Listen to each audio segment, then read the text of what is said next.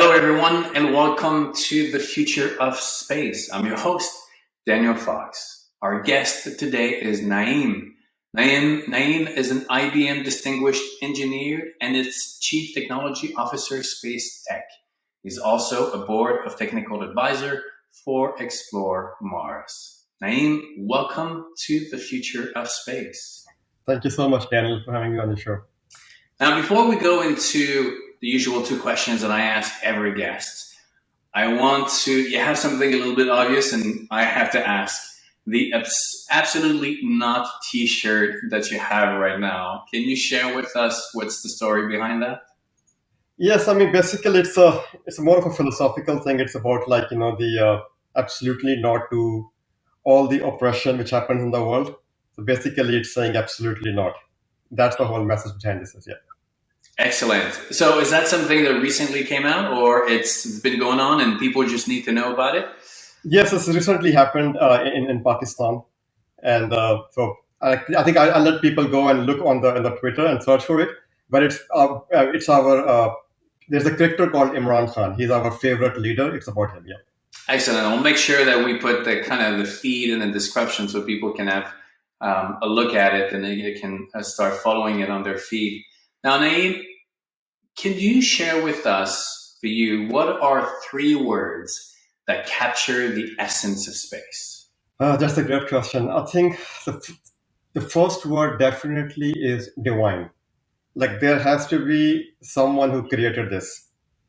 The second word is it's majestic. If you look up, your eyes get tired and it comes down. Your gazes. So, and the third is mesmerizing. It just captures you right when you're looking, especially if you get the opportunity to look at the Milky Way. If you happen to be in the dark skies, yeah, that is amazing. Yeah, Naeem, there's something truly majestic about watching. I mean, there's something so visceral about witnessing a night sky saturated with stars in the middle of the wilderness and having the scale of it and the Milky Way. I think that there's even though that you can recreate the sky at night in a planetarium or virtually, I mean, it's magnificent. It's beauty.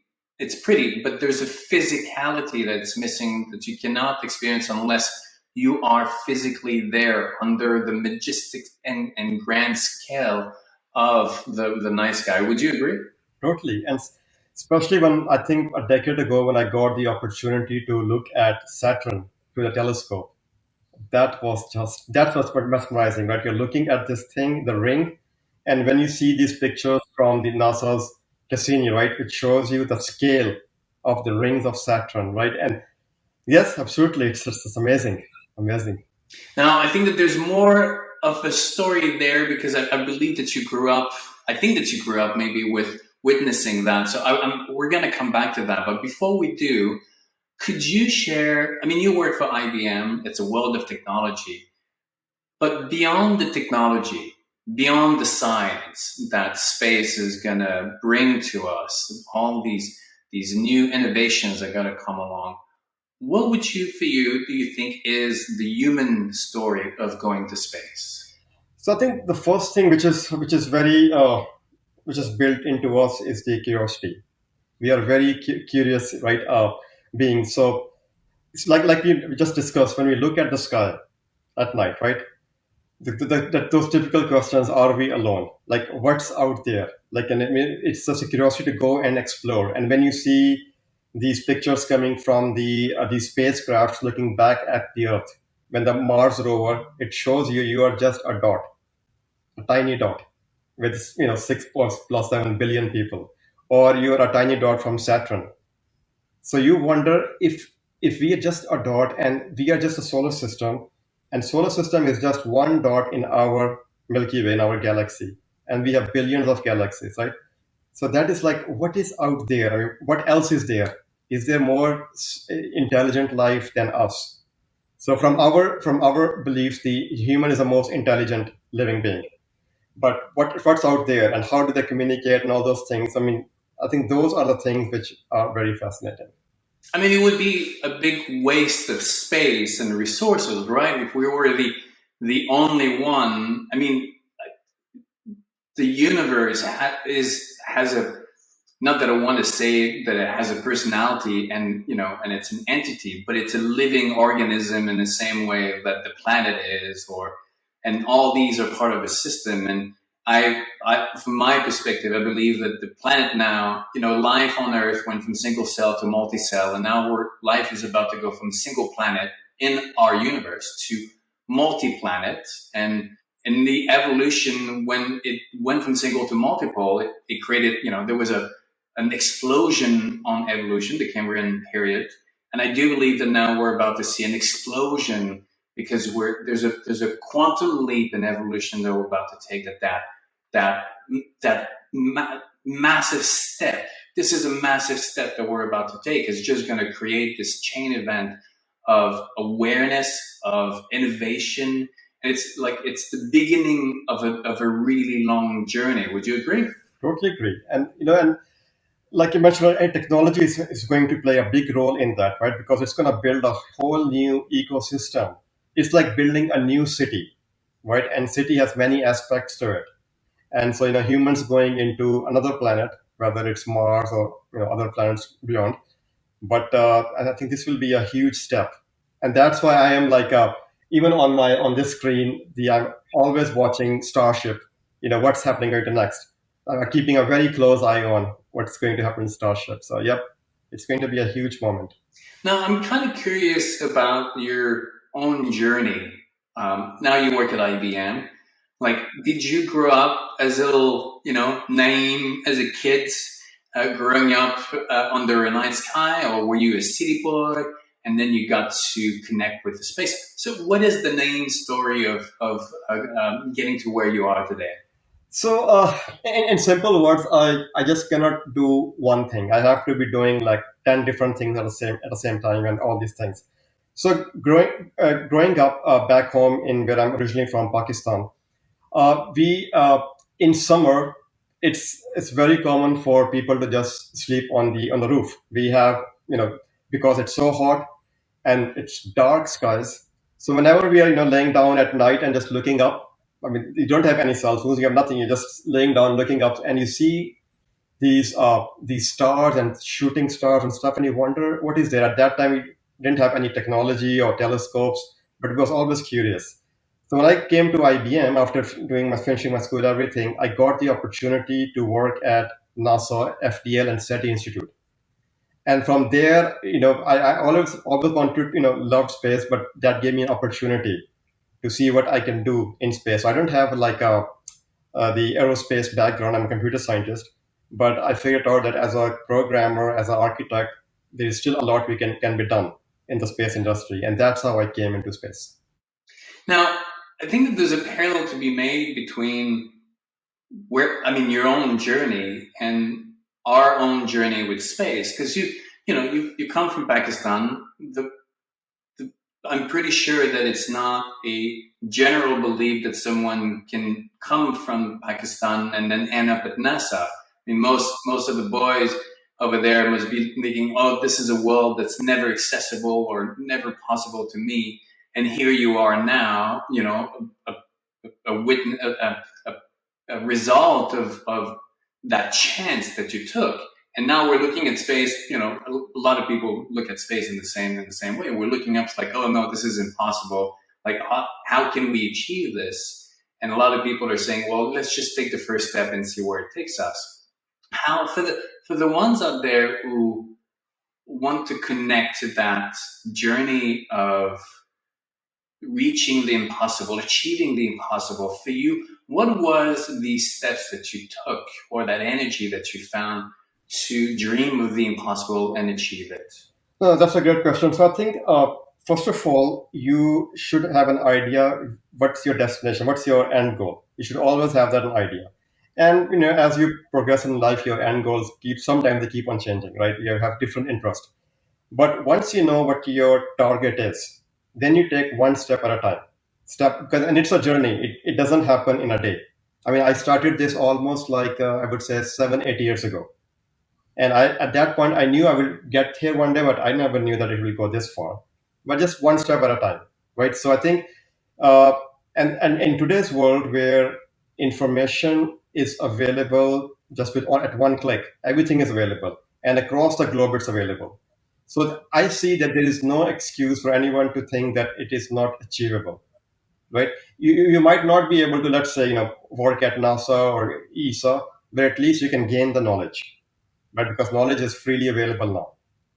So I think that is a huge step. Just go for what you're looking for, and you will of course have to work hard and take one step at a time. Now, a lot of people that I interview, when they grew up, their parents or the environment in which they grew up was either a super positive influence in where they supported and they encouraged, and then they were part of that equation, and where they are today, or they were more of they became who they were as a as a answer to an opposition to what their family was. Was your family really supportive when you grew up and where you wanted to go? So in general, for education, very supportive, right? That's the top priority. But I mean, it's hard for them to see at where you will land, which vertical industries. But in general, for education, very very supportive. Yes. And do you still keep in touch with the Pakistan world and with the space? Because I believe, like many of the other countries now, the space agencies I was hearing countries that you would not think have their space agencies now have a space agency. So are you involved and connected with Pakistan about their space agency? So I am connected with the people and the academia over there, but this is one of the reasons why we have so many challenges. So to go look at, but yeah, there's no shortage of talent, and you're absolutely right that many countries have now space programs, and two agencies which really surprised me. One is the Australian Space Agency, and one is the UAE. That how far they have come along in such a short time. But if you look around, almost every country is aspiring to put something in space. And what is IBM? So then let's circle back to your work at IBM. You're the the CTO of Space Tech. What is that position at IBM? Are you leading the vision of IBM? Was there a space vision before you started? Can you share with us a little bit of that space culture at IBM? Sure. So IBM in general, we have a long history with space. I mean, if you remember the Apollo missions, back in we were not there, but in the 60s, right? IBM played a critical role. We had 4,000 IBMers working with NASA on those missions, and their flight director said that without IBM we couldn't have put men on the moon. So IBM has always been instrumental. We worked on the space shuttle, on the Hubble telescope. So it's in our DNA. Innovation is in the last few years, and now because of all this commercialization which has happened in the industry, I think I just said it's time to reignite that passion inside. And so yes, I lead the as a CTO, I lead the vision for IBM Space, and we have done some interesting. We can talk about some interesting projects which we have done in last couple of years, and the we'll talk about that CubeSat which we launched last 2 months ago in May. Yeah. So, what are some of the projects that you can talk about? I'm pretty sure there are a lot of things right now on your desk that are top secret, and we want to make sure that competitors don't talk about it. But what are some of the projects that you can share with the audience? So the first one we did was the DNA. So there is a DNA sequencing which happens on space station, and we are interested in edge computing in space. So that was our first project where we worked with the ISS National Labs and NASA to perform that whole sequencing analysis of data right at the space station. The whole process used to take around like 4 to 6 weeks, and we minimized that to less than 12 hours because we are doing all the computation on space station. And at the end of the when the work is done, it generates a report which tells you if they found any microbes on the surface of the space station. So that was our the first project to work with NASA ISL for edge computing. We have done some work with the blockchain. We worked with the on the space situational awareness and space debris. We open sourced the code to look for conjunction search, and you probably know it's a very hot topic, space debris. And I work very closely, with our friend here because I'm in Austin. He's in UT Austin, right, Mariba? So we have worked very closely, and so that's one area. Then we worked on the this CubeSat mission, which we call Endurance, and the whole purpose of this mission was to democratize access to space. So, and there's a story. So when we started on this journey more than a year ago, I mean, again, like I don't have the background, so we thought, me and my colleagues, we have a 3D printer. We will print 3D. We will print 3D, the CubeSat. We will put a Raspberry Pi, put some solar panels, and we'll call NASA and say, you know what, please put this up in the orbit for us, and we're good to go. But there's a huge list of things you have to go through from logistics, and there's a lot of approvals you have to go through. So we partnered with Endurosat, and we said, okay, you guys, because what we have realized that space is a team sport. You cannot do everything by yourself. So we said, okay, you guys are expert in building CubeSat. You do the hardware aspect. We will take care of all the software. So we worked together, and on May 25th, we launched on SpaceX. And the main purpose is that it is accessible for every kid on the planet. So any school in the world who wants to push their code to space, we will help them do that. That was the whole purpose of it. And I know that in your description, and IBM also is involved into quantum. I'm not too sure if it's quantum computing or quantum system, but are you in a capacity to explain a little bit more what is that next evolutionary milestone in terms of computing? Yes, so quantum computing it's like a Godzilla in front of what the computing we have today, the traditional computing. Because if you look at your traditional compute, you have ones and zeros, and you have this basically in serial, your instructions are happening, and you have billions of transistors, right, in a chip. Even though it seems like what we are doing right now, we are doing video conference, everything looks very smooth, but instructions are going one by one. But it just happens to be happening so fast, and because you have so many transistors. Now with quantum computing, you have 0, 1, and a state between 0 and 1, which is almost infinite minus 1. And then all these instructions can happen at once in parallel. So the amount of compute and the problems it will solve from optimization, whether it's financial sector or pharmaceutical, and definitely in space, it's just mind-boggling what it will do, what it will able to do, what supercomputers can do, which takes maybe weeks. This will take literally minutes to beat those supercomputers. So I mean, this is a thing for our next generation is coming up to start learning now. If you are in a kid in a high school which is starting, I would highly recommend get on quantum computing and start learning. It's a different way of thinking and programming, so it's very important. When you were saying about it's you have the zero and you have one and then you have the in between, what came to my mind was context. In technology, you have data, but then data is nothing without the context. It's the stuff that is around that can be really quantified. And that's what brings a certain richness to life. In music, you have notes. The notes they're clear, they're black and white, but it's the way that you play with them, it's what you do in between. And now I just had this moment of realization when you said that, the richness and the beauty of maybe the next evolution of computing, it's going to be in the in between, and in the possibilities that can go everywhere. Because I think that for some time we've been reducing the richness of life, trying to reduce the uncertainty and saying that everything can be transformed into lines of code. But at the same time, I think that we took out the human experience, the human, what humans bring to the value.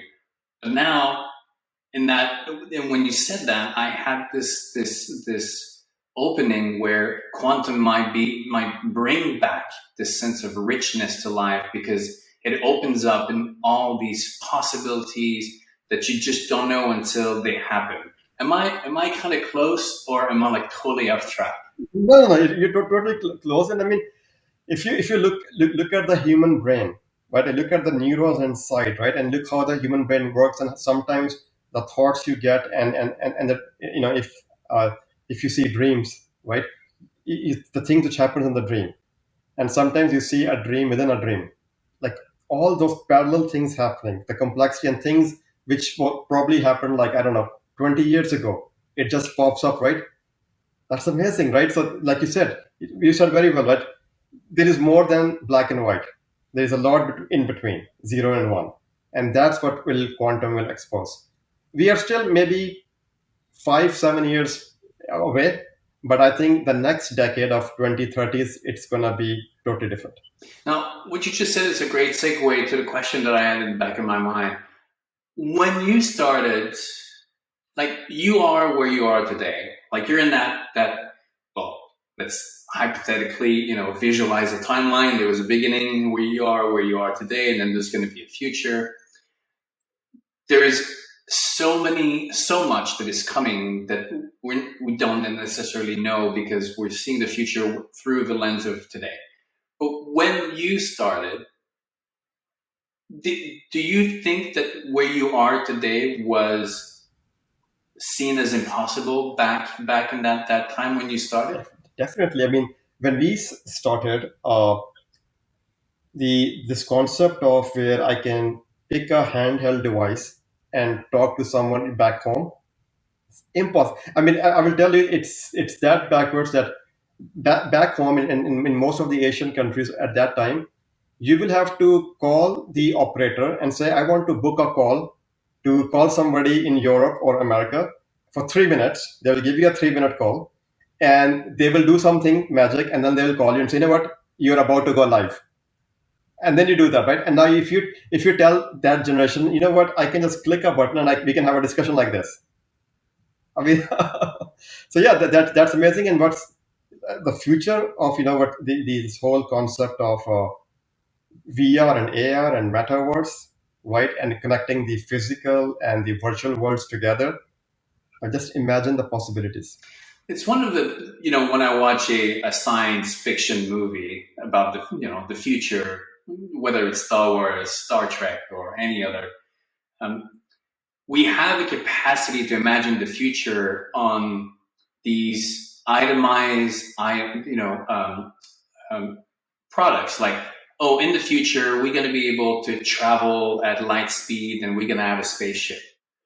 But we singularize that technology and don't apply it to that ecosystem. So we see a future where, okay, they're traveling at light speed, but then their sense of communication, or the way that they eat, is just still kind of like almost caveman-ish. Like, evolution is not seen as a holistic evolution. Rather, then there's like, oh, we're gonna have these spaceships, but other things are not going to be possible. And I think that, one of the things, if we look at today's future, with the smartphones, with the advance of biotechnology, biology, health-wise, I mean, if you had asked someone 100 years ago what the future would be like today, probably 99% of the technology that we have today, they would have never even thought about it, because it's just so foreign, right? So looking at the future, even from where you're sitting at IBM, it must be really exciting to think of the future. Are you? Definitely. I mean, like you said, right? I mean, sometimes what happens, there is this big leap, which is like, it certainly it jumps, right? It's not like a linear progression. It just goes from 10 to 50, and you have no idea how that happened, right? I think that's what quantum computing is going to do in the next decade. That all of a sudden it's going to just jump from here to there, and that will automatically create or generate a new ecosystem of things. And the generation who will work on that will be a totally different mindset and generation 15 20 years from now, right? Every generation is totally different, have different capabilities. So I mean, if you just look at the if you look at kids today, and when look at my if I look at my niece and nephews, and I'm glad when my kids were growing up, we didn't have cell phones, but now, right, and the kid, like 3-year-old kid, they know exactly what to do with cell phone, and they swipe, and if something is not moving, they know that the parent just gave them a dummy something, it's not moving, right? How did they just learn all these things, right? It's just like a next generation chip in their mind, right? And the kids who will come 10 years from now will be primed for quantum to understand and do, and there will be a whole new set of innovations at that time. Now, one more little thing about quantum, because you made me think of something. In nature, in the wilderness and nature, my background is in nature, there's always the notion of you cannot predict, there's always an element of chaos and unpredictability. This is often where evolution happens. You can repeat something over and over again, but there's always one thing that's going to, at one point, something else is going to happen. Is quantum bringing that element of chaos into the innovation? Big time. I mean, for example, the encryption you have today, to break that encryption, supercomputers will take a very, very long time to break encryption. Quantum can do that in seconds. Now, that is like mind boggling. A supercomputer, which can take several months to break an encryption. Now, what it does is the whole industry is now thinking, okay, let's say in 5-10 years, quantum will be here. So we have to start thinking about how to, quantum safe our encryption. And the companies are already working on that now to protect, because if you break encryption, our whole world runs on mobile now. Your banking, your financial, everything. So if somebody breaks your encryption, the whole world is in big, big trouble. So that's just one example that how it's gonna change things. Yep.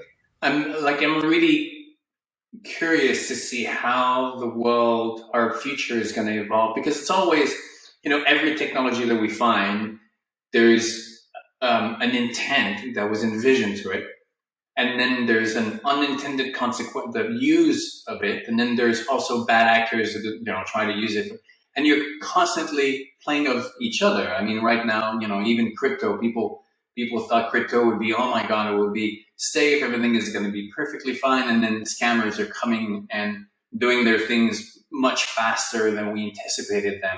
And realistically, it's going to be the same thing for quantum. As we create the technology with these usage in mind, there's going to be an entire life that's going to create of its own.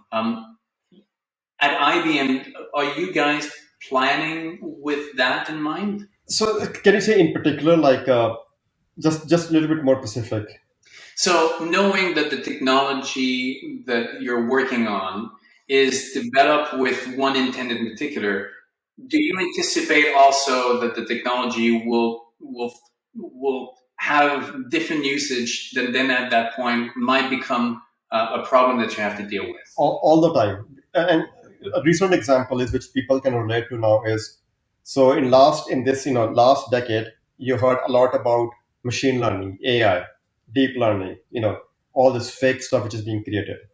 So we started with AI. If you remember the Jeopardy, where IBM Watson, right? So we started with AI. We did a lot of innovations, but soon we realized that it started to drift for many other negative things the world is doing. So immediately we came up with the ethical AI message. And now almost every corporate in the world have an ethical AI. Basically what it means is you have to explain. You have to explain what this AI model is doing. It's not biased, it's transparent, it's trustworthy, right? What is your input? What's your output? How you're tweaking things in between. So yeah, so you started with one thing, innovation, and you always start with that. You want to, as engineers, you want to build something cool. But then when it goes into the market, into the hands of business, it changes, right? And then because now it's wide open and business have a different perspective in mind than the engineers. But then you always, if you come back and tweak it to make sure, it's ethical, and whatever you believe in your company or it lines up with that, then it should be fine. I'm very sure that quantum and other technologies will have the same fit going forward. Yeah. Now we talk often about AI becoming sentient. There was some recent news about one of the Google employee who came out with the public. My the opinion that I have is often it's too easy to compare intelligence when we ask AI to do something. I think that what is more telling is what AI doesn't it does when it's not asked to perform.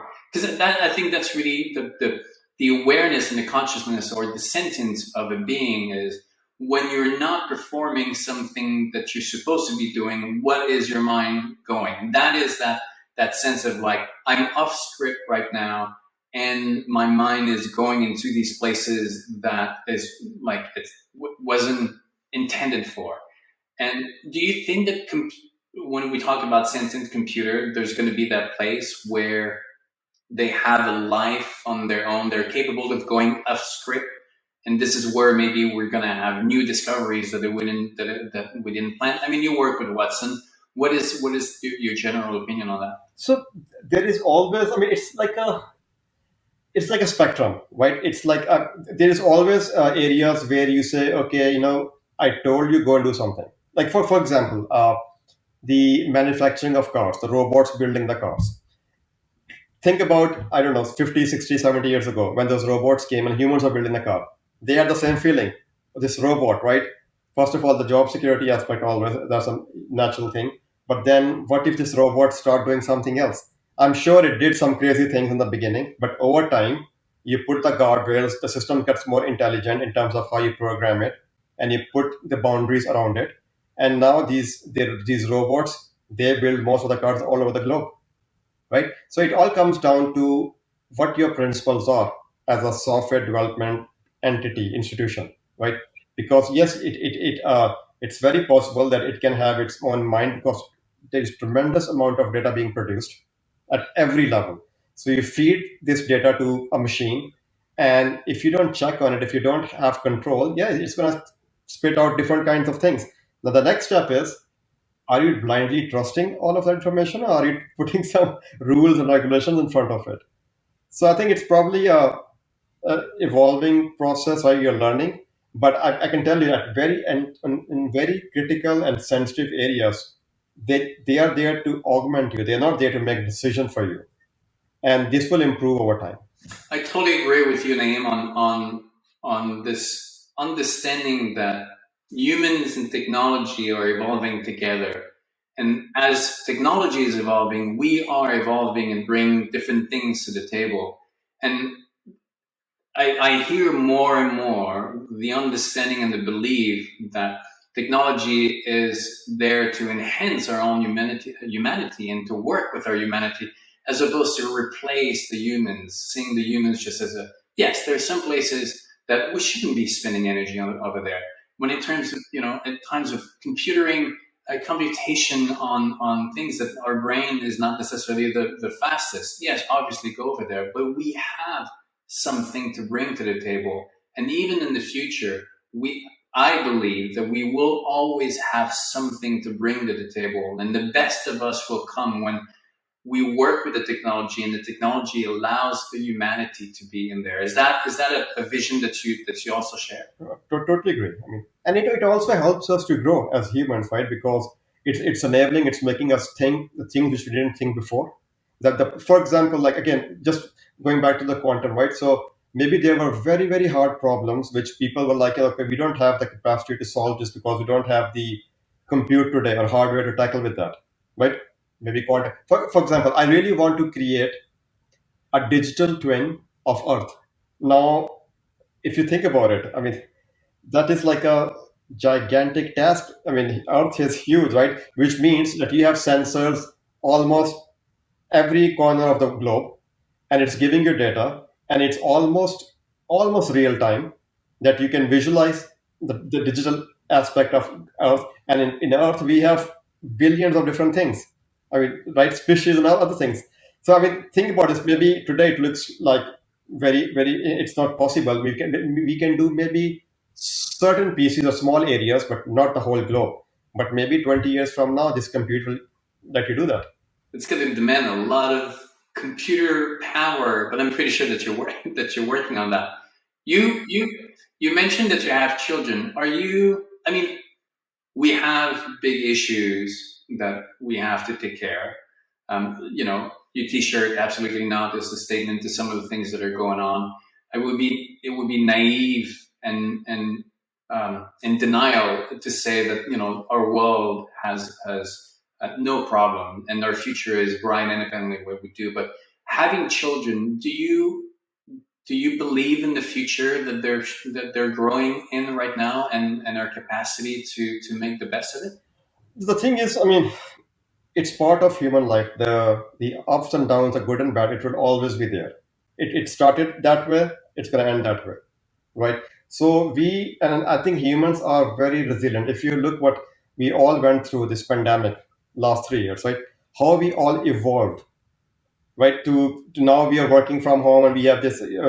If you would have asked us 3 years ago, maybe not. We don't have that choice to do this work every day through these web conferences to do our work.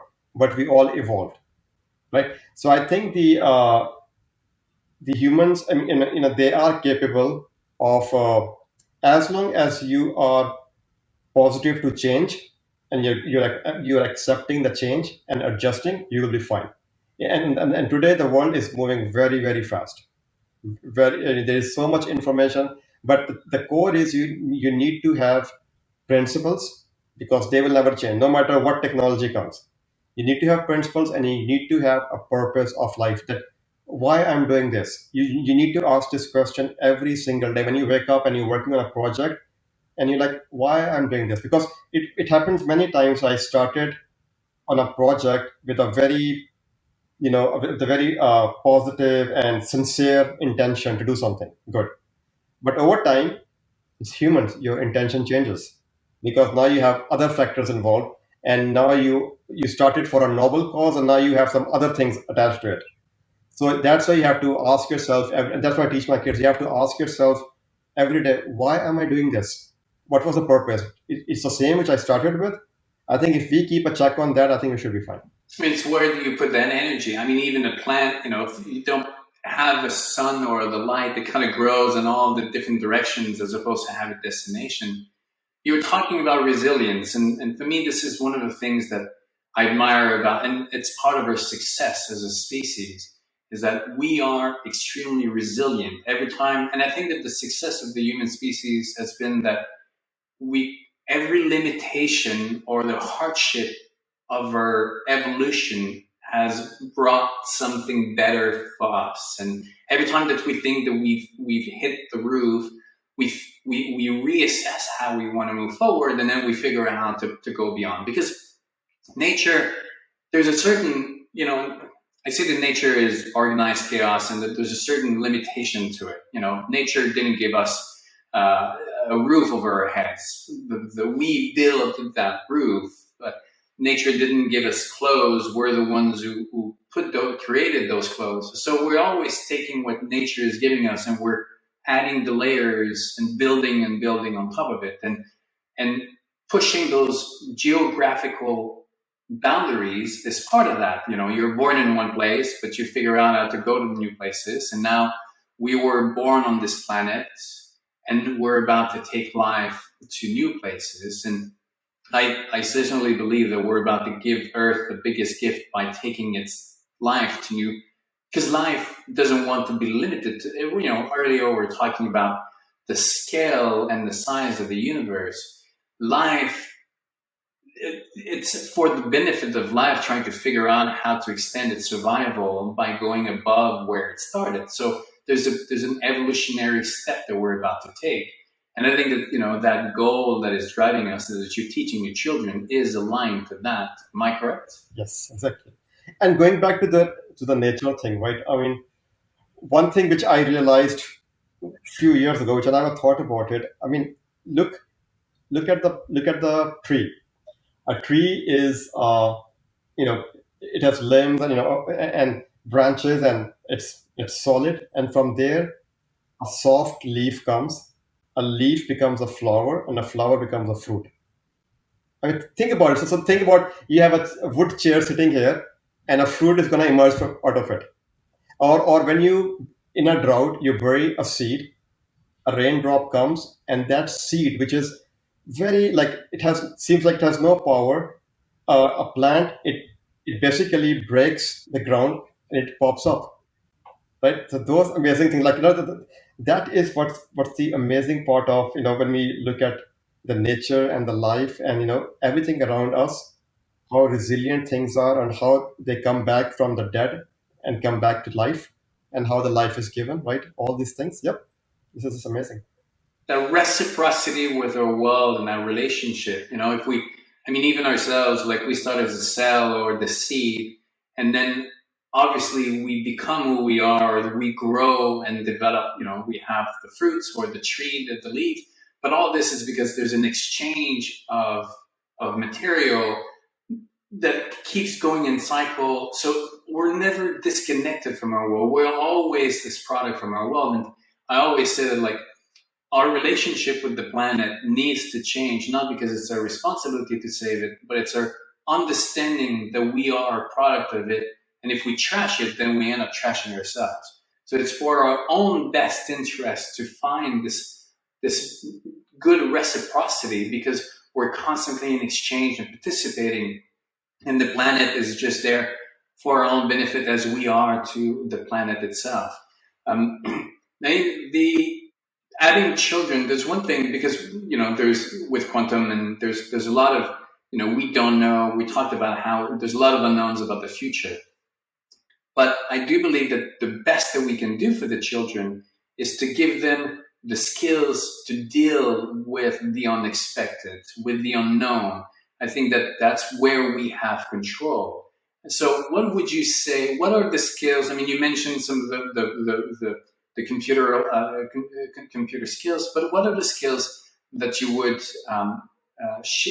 recommend to a young audience that is looking to face the future? So, I mean, I think one thing, again, the skill they need to learn is beyond this, all this technology aspects, right? It's the human relationships between each other, because the basic, the fundamental things of how we interact with each other, the respect to your teachers, from whom we learn, that aspect of it, and then keep on learning, never giving up, because you, like, for example, I mean, now at my age, I mean, when I started working on space, I just realized how little I know, that there is no end to learning, right? So you have to keep on moving forward, keep on learning, never giving up, right? And just keep moving forward, keep on learning, and learning will open up your mind. Learning, because not learning only about yourself, but learning about globally, about other cultures, everything. We all work together. So I think that's a very key message, that you have a general knowledge of what's happening in the world.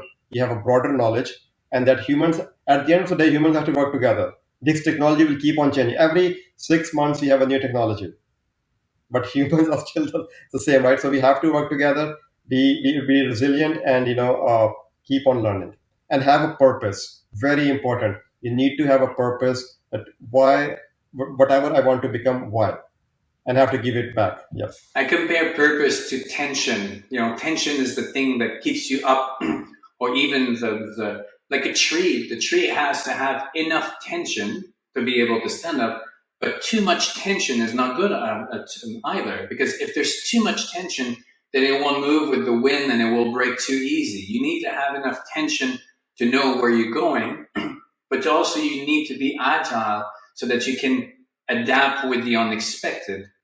And it's, I mean, the being resilient really comes from that, is having this movement forward, but at the same time, every time that there's an obstacle, you figure out. And I think more and more, as you said, we're coming together, and we understand that for the next step, we're gonna have to come together. I mean, all the people that are working together to solve these big issues, and I can only imagine at IBM all of this pool of mind. And when I think of the future, I think of a time when there's going to be 16 billion minds working on trying to figure out new places, and I get so excited.